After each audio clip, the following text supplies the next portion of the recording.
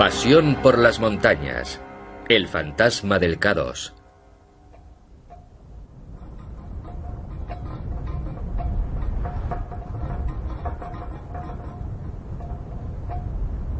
En la parte más al norte de Pakistán, sobre una pequeña colina cercana a una enorme montaña, hay un monumento único.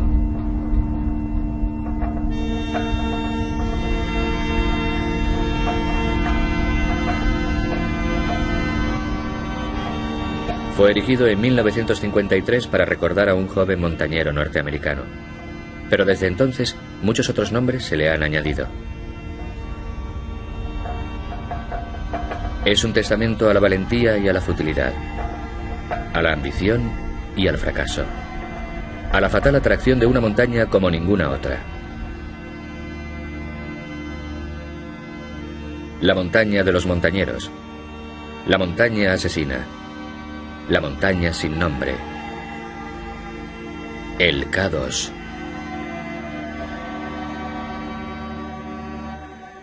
Alauddin walad Shagul Dinar, Muhammad Zaman walad Ali Todkhor Kalam. Ascoli, Pakistán, julio de 2000. Un grupo de porteadores está preparándose para una expedición al K2. Durante los últimos 100 años, ellos y sus antepasados han estado llevando sobre sus espaldas los sueños y los equipajes de montañeros extranjeros.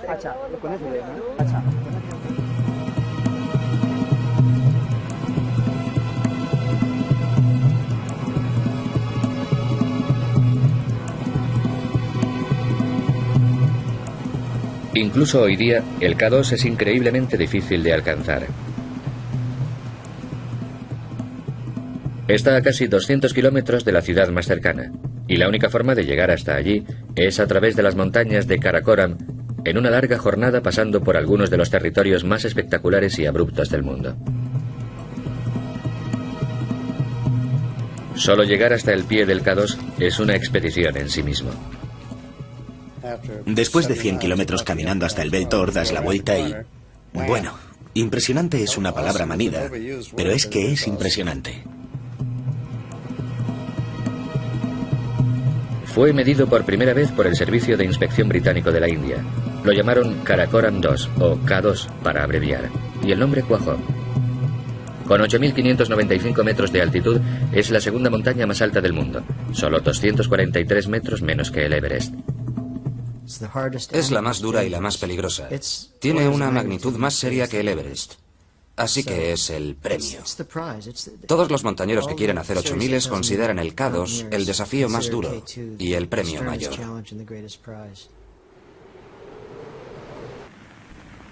A comienzos del siglo XX había expediciones británicas e italianas al K2. Pero no fue hasta los años 30 cuando se hizo el primer intento serio de alcanzar la montaña. Fue conducido por el legendario escalador Fritz Wisner. Fritz era un buen escalador. Tenía un amor por las montañas que no he visto nunca en otros. Excelente. Era el mejor montañero de América. Muy bueno.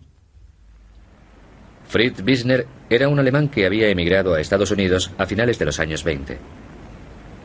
Era arriesgado y muy experto técnicamente, y había asombrado a los montañeros norteamericanos escalando varias cimas que se consideraban imposibles. Cuando yo era un niño, volvíamos a esos riscos. A veces llevaba sin escalar 15 o 20 años y se conocía todos los agujeros. Te decía, te gritaba cuando estaba arriba, ¿dónde estás ahora? Y yo decía, estoy aquí. Y él decía, mira medio metro hacia arriba, hay un agujero. Tenía realmente una memoria prodigiosa para esas escaladas que había realizado y para cada movimiento importante de las partes complicadas de la ascensión. A finales de los años 30, Wisner consiguió los permisos para guiar una expedición al K2. Pero no pudo salir inmediatamente, así que una partida de avanzadilla salió en 1938 para hacer un detallado reconocimiento de la montaña.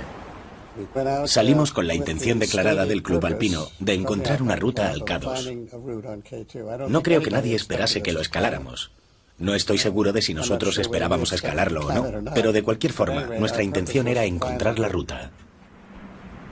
Estos eran algunos de los mejores escaladores jóvenes de Norteamérica, y este fue un viaje de mucho éxito. volvieron informando de que habían encontrado una ruta hasta el K2 e incluso que habían conseguido acercarse a la cima ellos mismos. Pero ninguno de ellos deseaba ni podía volver con Fritz Wisner. Siento un gran respeto por Fritz. Era un escalador excelente, pero no era un buen líder. Fritz era testarudo, era dictatorial. Estaba seguro de tener la razón. Era un hombre difícil de tratar. Era difícil escalar con él a menos que aceptara su liderato, pero era un genio. No me invitó a ir, y tampoco yo hubiera ido de ninguna manera. Si hubiera invitado a algún miembro de nuestra expedición no habría podido ir. Y de hecho ninguno de ellos fue. Así que, en marzo de 1939, Wisner partió hacia el K2 con un equipo sin entrenamiento.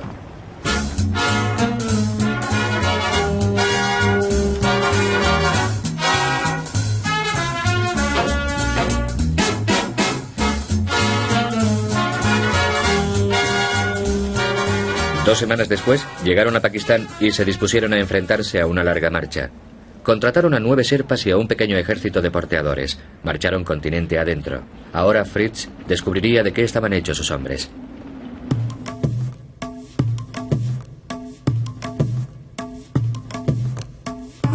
Fue un largo y arduo viaje.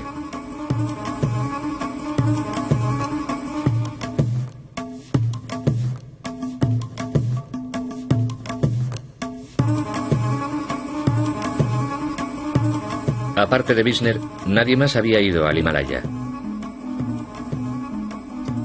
Jack Darrans era un escalador fuerte, pero nunca antes del K2 había visto a Wisner. Los otros eran o bien jóvenes e inexpertos o viejos e inexpertos.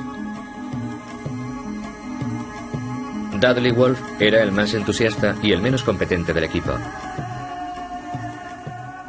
La gran atracción de Dudley era que llevaba con él un buen talonario de cheques. No era, desde luego, un gran alpinista. Dudley Wolfe era un rico playboy que en su corazón era un romántico. Había disputado competiciones de barcos, se había dedicado a la caza mayor e incluso había estado en la Legión extranjera. Se marchó al K2 durante la resaca de un triste divorcio. Dudley se dedicaba a cosas como navegar, disparar y escalar montañas. Cuando Dudley vino a Vermont a ver a mi padre, durante los meses anteriores a que saliera para aquel viaje, nos contó que iba a hacer aquello. Mi padre me dijo entonces, no sé por qué, pero creo que no vamos a ver más a Dudley.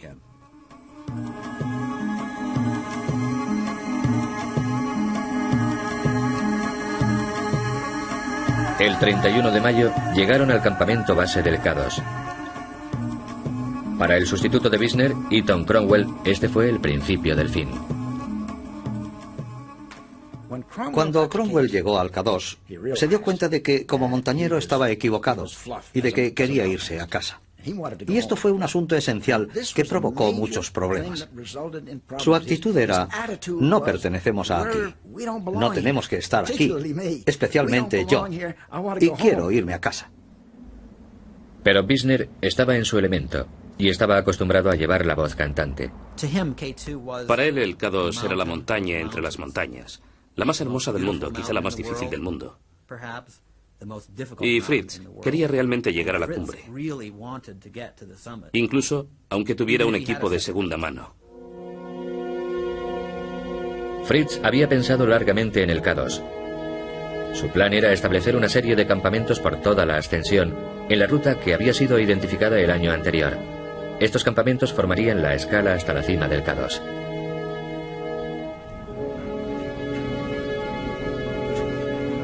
Durante un mes, Wisner halagó, animó y reprendió a sus hombres en la subida.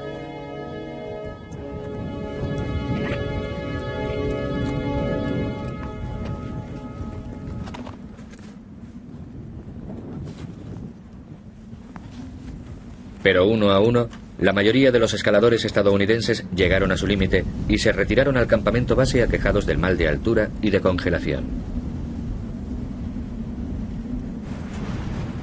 Para asombro de todos, Dudley Wolfe fue el único hombre capaz de mantener el ritmo de Fritz.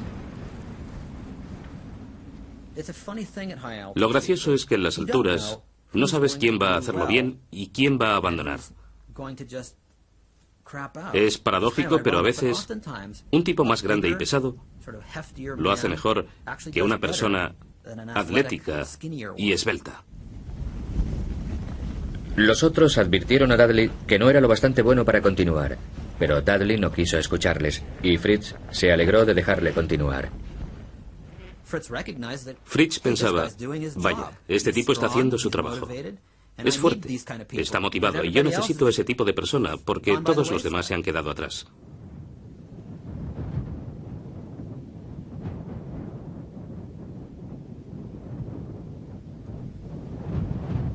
Después de 6 semanas de escalada, Fritz, Dudley y un Sherpa, Pasang Lama, alcanzaron el campamento octavo listos para intentar la ascensión a la cumbre.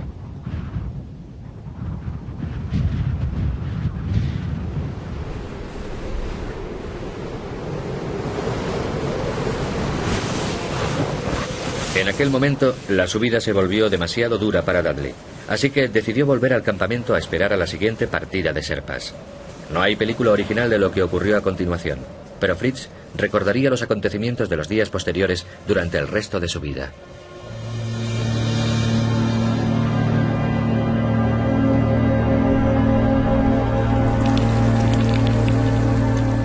A las 6 de la tarde del 18 de julio de 1939, Fritz y Pasang se encontraban a 240 metros de la cima.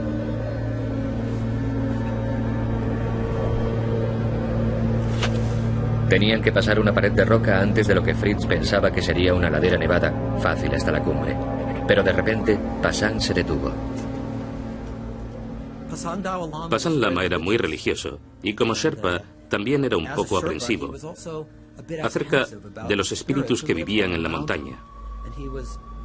Y tenía miedo de los espíritus de la noche.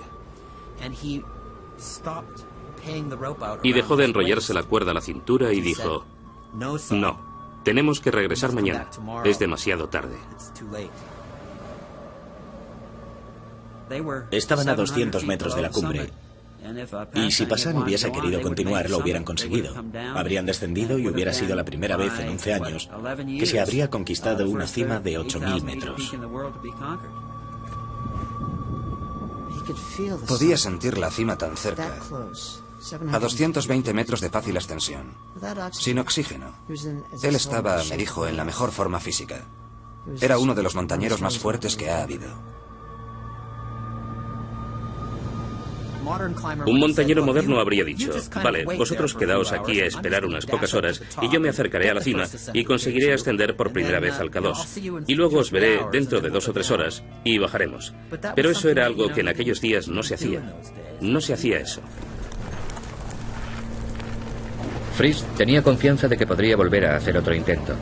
Pero al ir descendiendo en rappel, los 2 crampones de ambos se cayeron de la mochila de Pasang y desaparecieron en el abismo.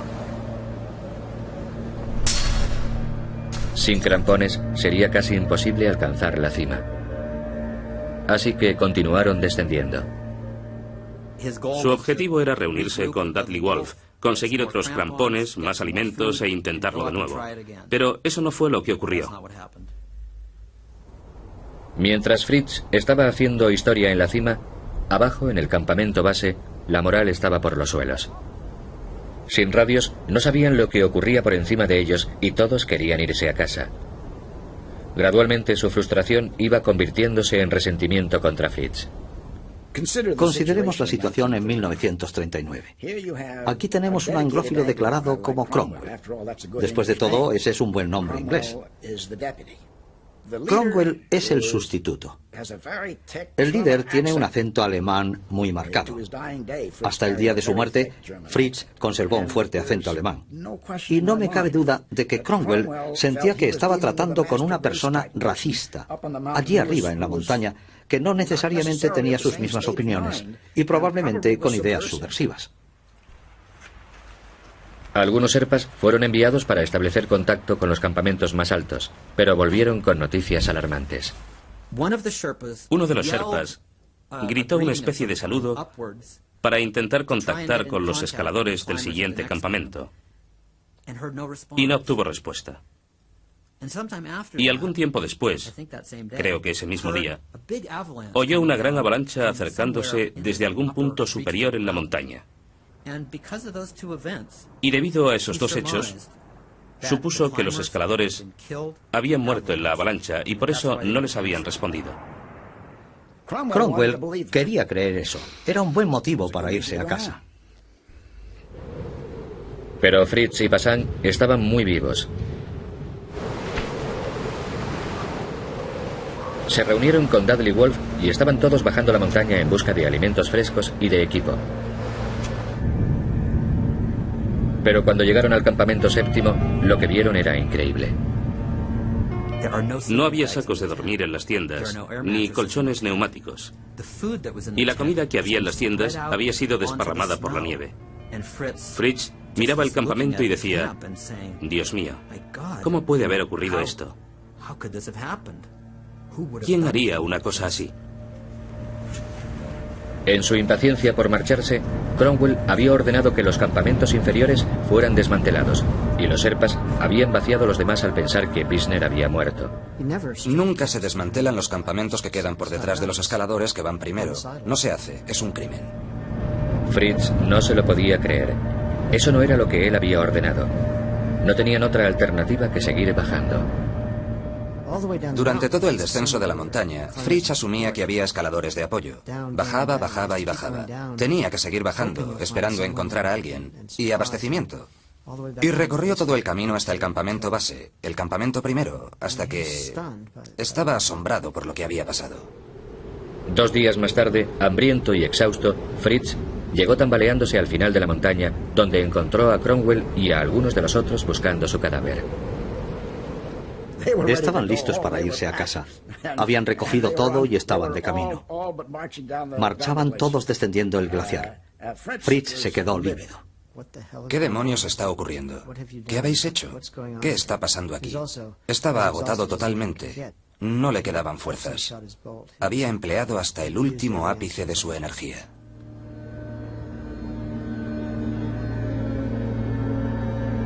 Fritz seguía hablando de hacer otro intento, aunque todos pensaban que no tenía ninguna oportunidad. Pero había un problema.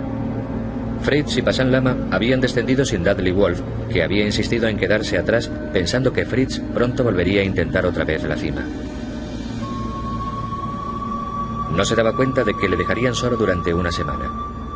El hombre más solo en el sitio más alto del mundo. Algo le arrastraba a asumir riesgos que le llevaban al borde de su capacidad para manejarlos. Es como si realmente tuviera el deseo de morir. Como si estuviera deprimido y decidiera que quería salir a la montaña. Jack Darrans partió para traer a Dudley, pero a los 3 días volvió sin haberlo logrado.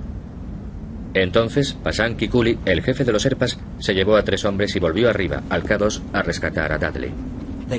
Subieron y encontraron a Dudley vivo, debilitado, pero relativamente bien.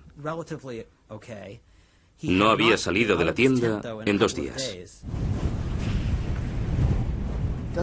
Dudley Wolfe había llegado a un estado de apatía en el que no podía cuidar de sí mismo.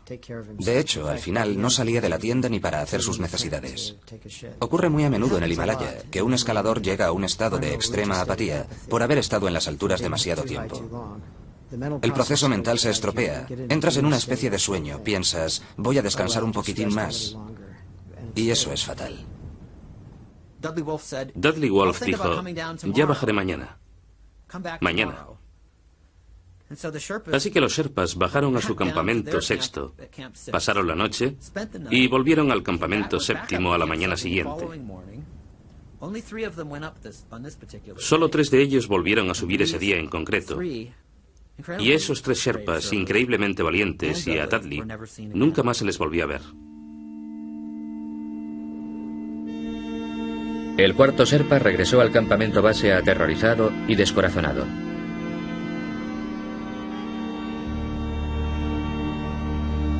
Fritz apenas podía caminar, pero un día después dejó el campamento para hacer un último esfuerzo y rescatar a Dudley. No llegó a ninguna parte. De repente, el tiempo cambió. El K2 estaba cubierto de nieve y se vieron obligados a emprender la retirada.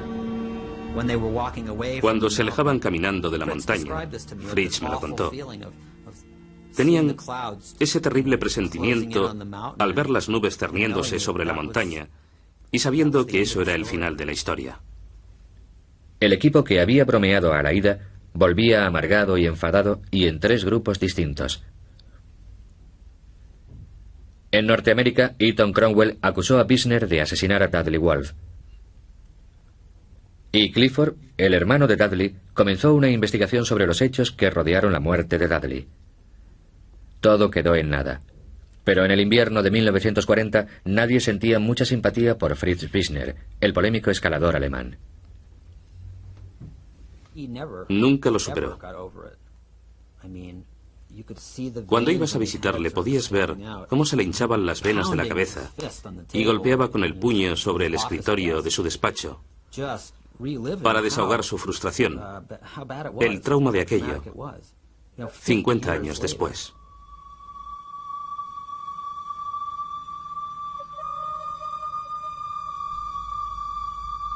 No hubo más intentos de subir al K2 durante al menos 15 años.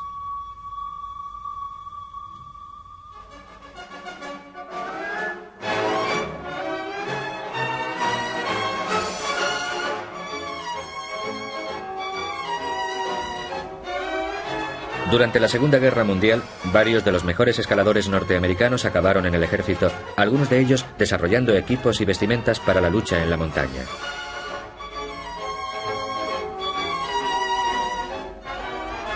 En la década siguiente les dieron un buen empleo. Yo soy Charles Hursten, este es Bob Bates, y esa es nuestra montaña. La película que van a ver es la historia de nuestra lucha con esa montaña que ha tenido lugar hace poco tiempo. Creíamos que podríamos escalarla. Teníamos un buen equipo, en condiciones meteorológicas adecuadas lo conseguiríamos. Como era soltero, deseaba arriesgarme en el K2. Si hubiera estado casado, no habría ido. Charlie Hursten y Bob Bates habían sido miembros del equipo de reconocimiento original del K2. En 1953 reunieron una tercera expedición y escogieron cuidadosamente a su nuevo equipo, intentando evitar todos los conflictos que habían hecho fracasar la de Wisner. No nos llevamos a algunos de los más relevantes escaladores de los Estados Unidos, porque algunos de ellos eran reputadas primadonas. No nos llevamos a algunos de los más destacados, porque no se hubieran llevado bien. La idea de Charlie era que estuviéramos unidos en lo que queríamos hacer. Y cada uno tenía tanto derecho al éxito o al fracaso como cualquier otro. Todos estábamos juntos. Éramos simples chicos del oeste, y ellos eran esas lumbreras del este. Charlie y Bob querían estar seguros de que todo el que estuviera en la expedición tenía que ser alguien que se sintiera cómodo pasando una semana en una tormenta. En Pakistán se les dio una recepción fantástica. En la misma semana se había escalado el Everest y se tenían grandes esperanzas de que el K2 sería la siguiente montaña en caer.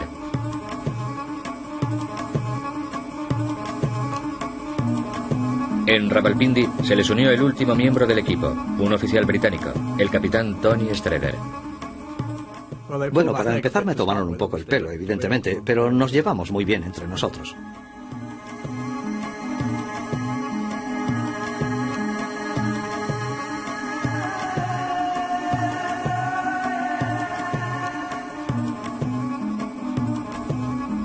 Tardaron 15 días en alcanzar el campamento base. Para mí fue mágico. Creo que todos estábamos enormemente emocionados. Es muy hermoso. Las 2 primeras semanas fueron lentas pero firmes.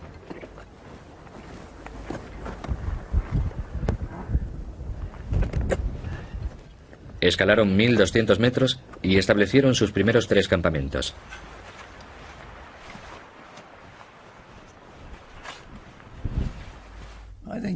Creo que entonces estaba en la mejor forma física de mi vida, porque Bob Craig y yo estábamos trabajando para el ejército, escalando a todas horas en las alturas máximas de Colorado. Esta era la primera vez que yo estaba en esas altitudes, y siempre tienes cierta aprensión de cómo va a reaccionar tu cuerpo. Das un paso y tomas aire, y otro paso y respiras, y otro y vuelves a tomar aire. O incluso tomas aire 2 o 3 veces entre paso y paso, así que todo se ralentiza. Cuando alcanzaron el campamento sexto de Wisner, dieron algunas desagradables muestras del desastre de 1939. Esperábamos encontrarnos con los cuerpos. Yo estaba muy enfadado por lo ocurrido en 1939. Pasán Kikuli, que había sido amigo mío en 1938, había perdido la vida debido a la mala dirección de la expedición.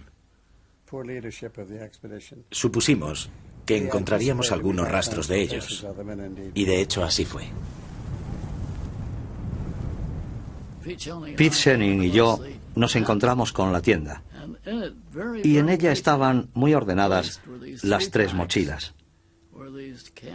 Estaba el bote del té y todo lo que habían preparado para la vuelta. Y estaba todo tan arreglado que parecía como si lo hubieran dejado el día anterior. Y eso me afectó mucho.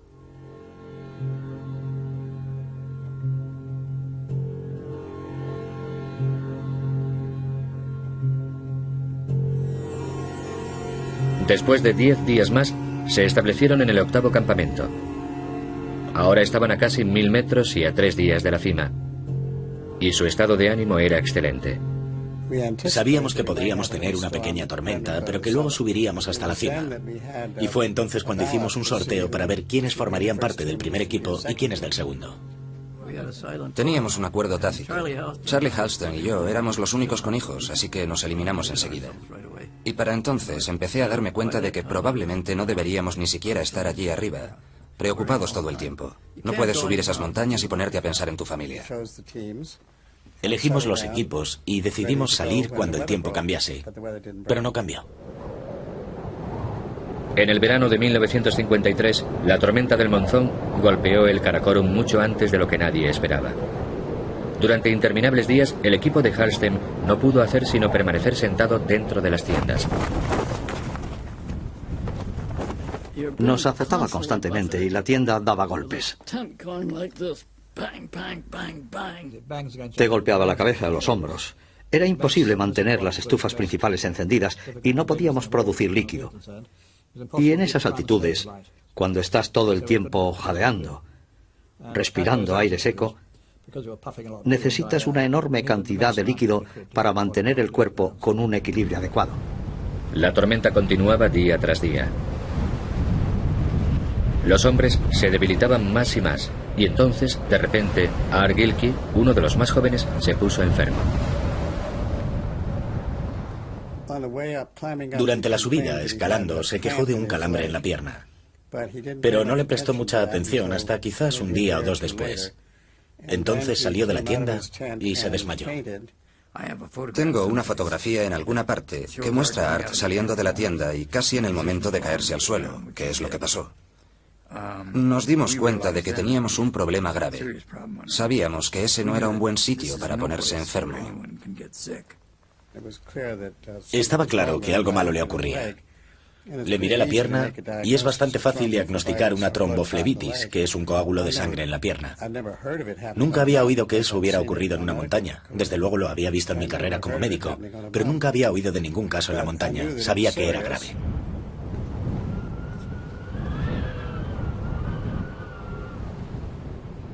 El 10 de agosto decidimos que teníamos que hacer algo porque para entonces ya tenía las 2 piernas afectadas y coágulos en el pulmón. Estaba claro que si no descendíamos moriría, así que nos preparamos para bajar. Charlie dijo, tenemos que bajarle. Y alguien preguntó, ¿en medio de la tormenta? Y él respondió, es un asunto de vida o muerte para Art. Y nadie cuestionó eso. Arroparon a Gilkey lo mejor que pudieron y le prepararon para descender la montaña. Su meta era el campamento séptimo, a 200 metros por debajo de su posición.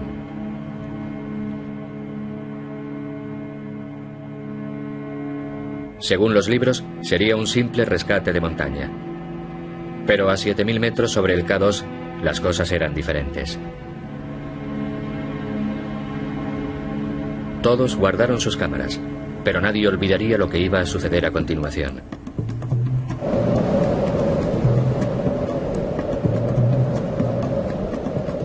Después de varias horas, aún seguían lejos de casa. Como precaución, se dividieron en parejas e iban sujetos a 3 cuerdas separadas. Pete Schenning era el hombre que hacía de sujeción enganchado a una cuerda conectada con Art Gilkey. Pete se estaba preparando para descender a Art y pensó, será mejor que me apresure a bajar para poder ayudar. Y apresurarse en condiciones como esas no es una buena idea.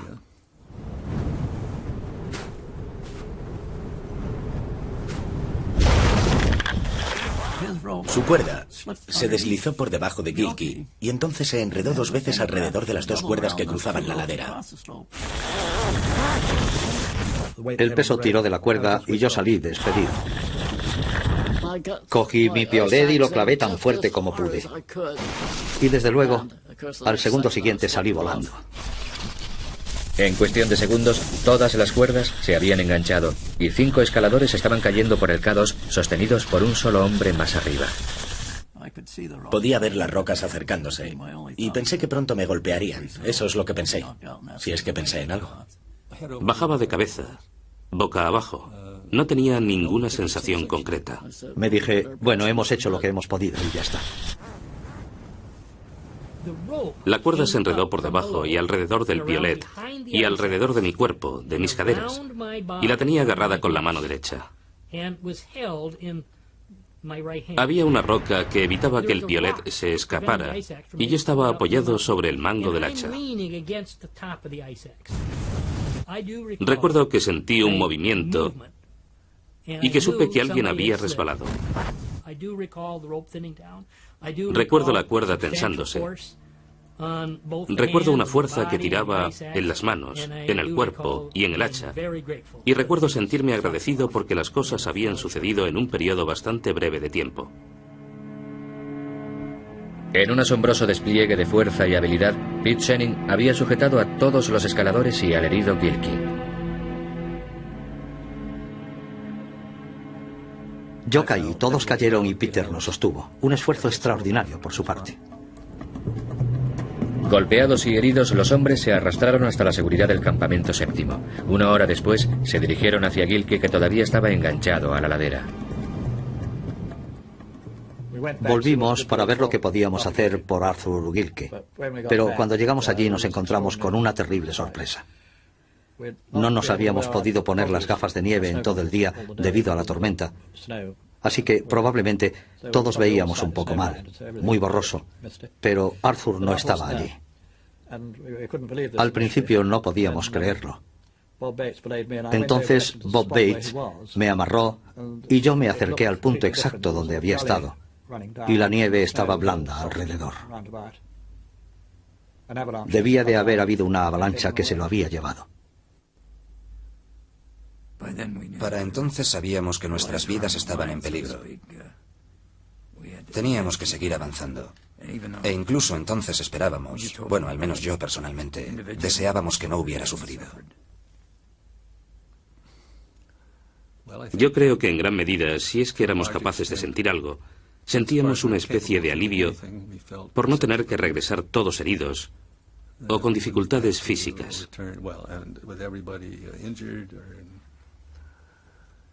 La idea de seguir intentando bajarle por la montaña era ya inútil. Aquella noche, 7 hombres se amontonaron en 2 tiendas diminutas en la elevada ladera del K2. Unas pocas semanas antes habían posado ante la cámara contentos y confiados. Ahora tenían suerte de estar vivos. Charlie Halsten tenía una costilla rota y una grave conmoción cerebral. No recuerdo nada del accidente. Recuerdo haber llegado al sitio donde caímos y luego ya no recuerdo más. Me acuerdo vagamente de la noche que pasamos en la tienda. Fue una noche terrible, aunque afortunadamente la tormenta había pasado y entonces empecé a recordar al día siguiente. En la mortecina luz del amanecer, empezaron a descender la montaña. Pero lo peor estaba aún por llegar. Estábamos descendiendo muy deprisa por una roca muy difícil y nos encontramos manchas de sangre y restos de ropas enmarañados, allí donde Gilkey había caído. Así que durante unos 20 minutos o media hora tuvimos que descender por entre aquellos restos. Vimos sangre en las rocas a gran distancia y manchas dispersas aquí y allá. Estaba claro que había pasado por el camino por el que nosotros estábamos bajando. Sin duda, dando tumbos de forma terrible. Después de 2 días más, alcanzaron la chimenea, la parte más complicada de la escalada del K2. Charlie Halstead insistió en ser el último hombre en bajar. Esperaba que bajara inmediatamente, porque no llevaba mochila, pero no bajaba. Y eso me aterrorizó.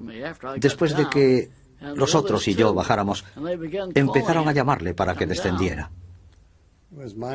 Era mi momento decisivo. Y me había empezado a dar cuenta de que no podía hacerlo. Estaba oscuro, estaba herido. Y recuerdo esto muy claramente, aunque lo he dicho en contadas ocasiones. Recuerdo que dije, tengo que saltar, porque si me caigo aquí les voy a arrastrar. Me están esperando al fondo. Y me quedé ahí un rato, solo un ratito, mientras ellos me gritaban que bajara. Y entonces recé un Padre Nuestro y empecé a descender. Y lo siguiente que recuerdo es que estaba al final. Allí estaban ellos y eso fue todo.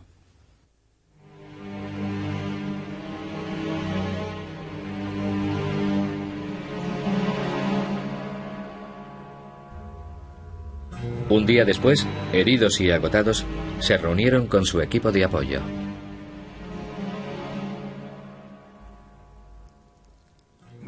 Estábamos cruzando las cuerdas fijas por encima del segundo campamento y los porteadores llegaron de abajo. Y nos saludaron en esas cuerdas.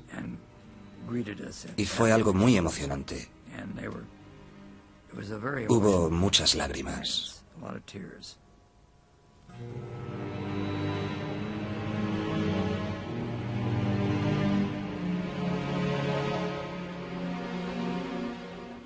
Fue realmente una reunión extraordinaria. Nos dieron comida y bebida y nos acostaron. Y al día siguiente bajamos al campamento base. Fue un encuentro maravilloso, sí.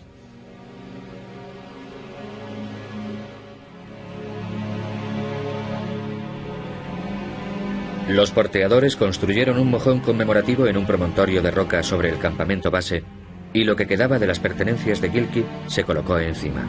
Bob Page dijo unas oraciones, pero solamente 4 de los demás estaban en condiciones de llegar allí.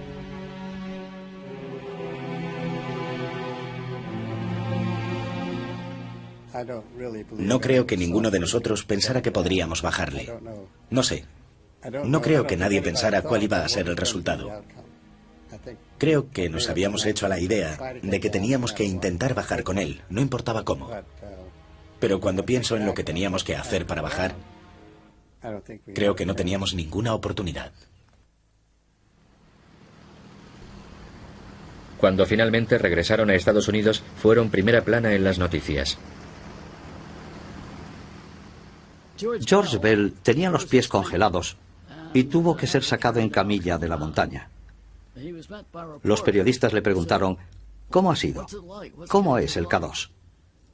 Y George instintivamente respondió, es una montaña salvaje, intenta acabar contigo. Así que los titulares del día siguiente fueron, el K2, la montaña salvaje. Charlie Halstead volvió a su profesión de médico, aunque seguía pensando en el K2 y solicitó un permiso para volver en 2 años. Pero los acontecimientos tomaron un curso distinto. En 1954, una enorme expedición italiana llegó al Karakorum. Era diferente a cualquier otra anterior. 700 porteadores, 16 toneladas de equipo, 5.000 metros de cuerda y, por primera vez en el K2, un amplio abastecimiento de oxígeno para llevarles hasta la cima.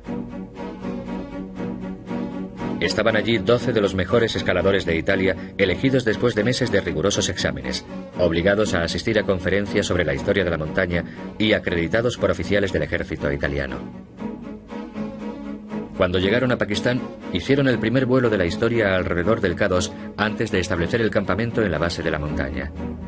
Su líder, Ardito Desio, dijo que no estaban allí para intentar subir al K2, estaban allí para conquistarlo.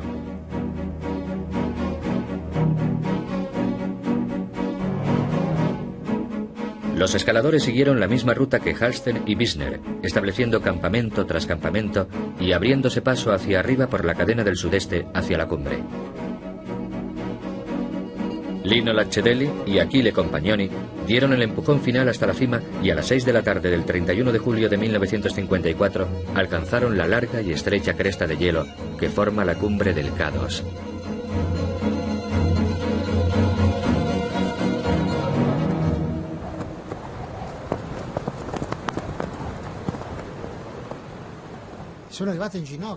Estaba en la cumbre de rodillas,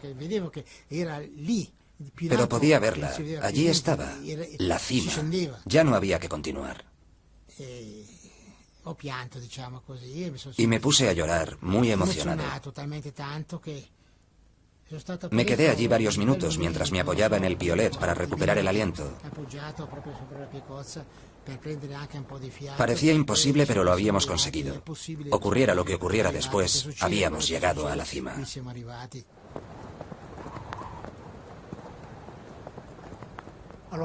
Nos estrechamos las manos.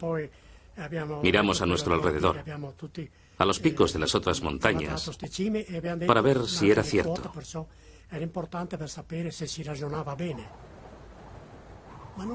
Pero no éramos completamente felices, porque sabíamos lo difícil que sería el descenso.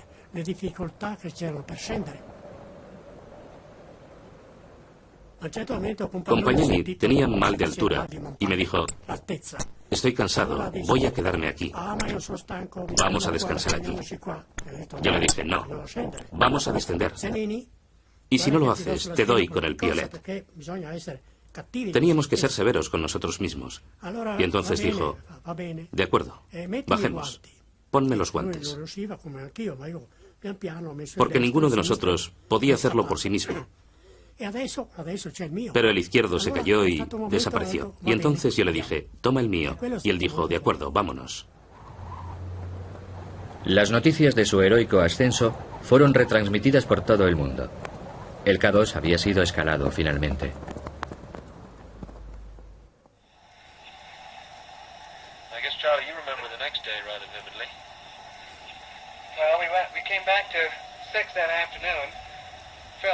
Charlie Halsten escuchó lo de los italianos apenas una semana antes del primer aniversario de la muerte de Art Gilkey. Un año antes se encontraba en las cumbres de la montaña luchando por su vida. Ahora sufrió un episodio de amnesia total. Se olvidó del K2 y de todo lo demás. Se olvidó de quién era, de dónde vivía, de su profesión. Se olvidó de todo. Lo que sucedió fue que me encontré en una ciudad a 60 kilómetros de donde vivía, sin identificación y sin saber dónde estaba ni quién era. Y estuve vagando felizmente por ahí y me fui al hospital. No me dijeron ni qué hora era, pero un policía muy simpático llegó y me echó una mirada. Y por una etiqueta en mi corbata descubrió que era de Exeter, New Hampshire. Llamó a la tienda y les preguntó por mí. Y le dijeron: sí, ese es el Dr. Halster. Así que enviaron a por mí y me trajeron a casa. Y tuve un periodo de amnesia total durante 24 horas. Charlie Halsten se recuperó, pero aquello marcó un punto decisivo en su vida. Continuó haciéndose experto en la medicina de altitud, pero él, uno de los más grandes montañeros de Norteamérica, nunca volvió a escalar. Terminé. Estuve allí, hice aquello. Eso fue todo.